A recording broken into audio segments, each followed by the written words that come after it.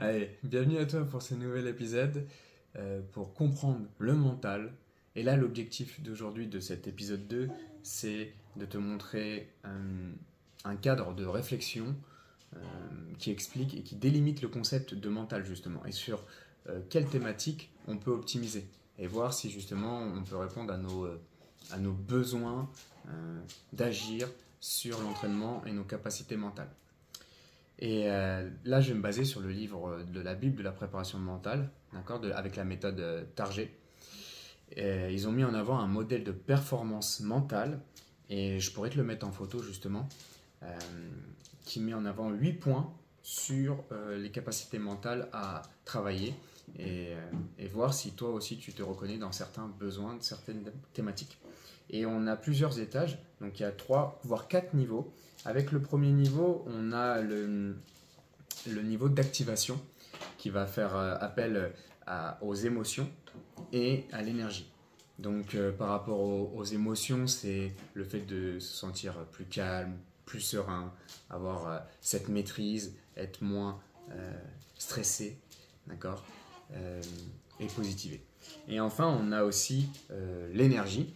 Donc l'énergie sur ce premier niveau, ça va être le fait d'être plus fort, avoir travaillé sa force mentale, aussi la capacité à se détacher, à lâcher prise, à se détendre. Donc il faut savoir qu'à chaque thématique, il y a des outils proposés pour optimiser ces différents domaines.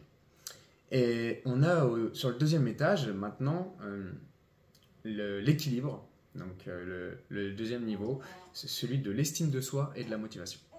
Par rapport à l'estime de soi, là je suis actuellement dans le chapitre de l'estime de soi et c'est super intéressant. On est sur croire en ses possibilités, savoir se respecter soi-même, être dans l'acceptation de soi, trouver des raisons d'exister pour mieux agir sur soi et son environnement. Et il y a aussi cette notion de motivation, donc avoir des objectifs forts qui nous donnent du sens, être un conquérant, attaquer fort. Donc ça c'est notamment utile pour justement tous les sportifs qui sont ambitieux, mais également aussi les entrepreneurs ou les personnes justement qui ont des domaines et des objectifs précis qu'ils veulent atteindre, ou tous ceux et celles qui justement sont dans une zone de sous-pression. Ça on verra dans des prochains épisodes le profil d'action, qui sont désengagés, démotivés, comment faire pour optimiser tout ça. Et enfin, il y a le troisième palier, troisième niveau, celui de l'action avec la concentration, que ça soit passé, avec justement tout ce qu'on peut, les souvenirs, tout ce qu'on peut optimiser sur les souvenirs. La concentration sur le futur, où là, ce sera plutôt de l'imagerie mentale avec de la visualisation pour vivre le futur événement. Et il y a aussi la concentration sur le présent. Donc, comment je vais me concentrer lors d'un événement, que ce soit une conférence, que ce soit une épreuve sportive ou tout autre.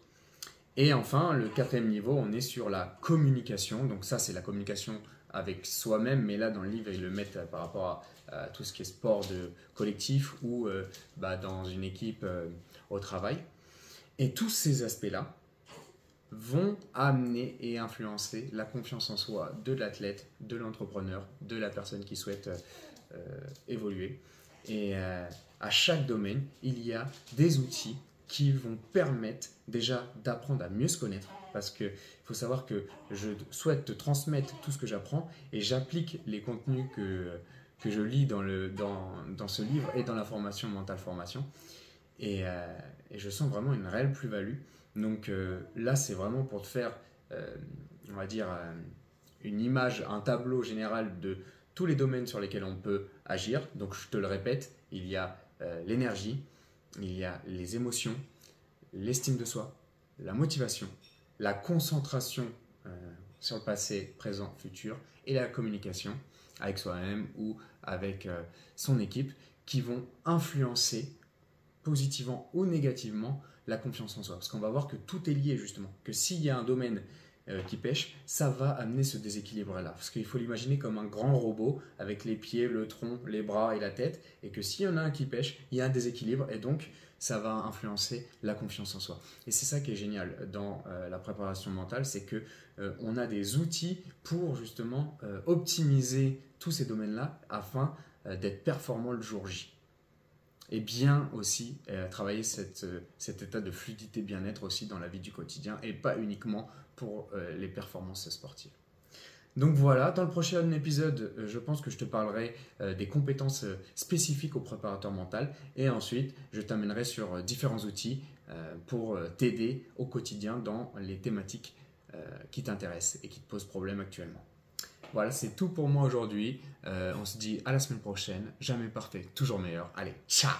Et dernière chose, l'objectif pour le préparateur mental, c'est d'amener d'un point A à un point B, donc sur l'instant T, sur le présent, voir justement les problématiques pour amener à tes objectifs, que ce soit de performance ou de bien-être, et sur le chemin, trouver ces moyens d'action, donc là ceux que j'ai mis en avant, pour optimiser ta performance, optimiser ton bien-être.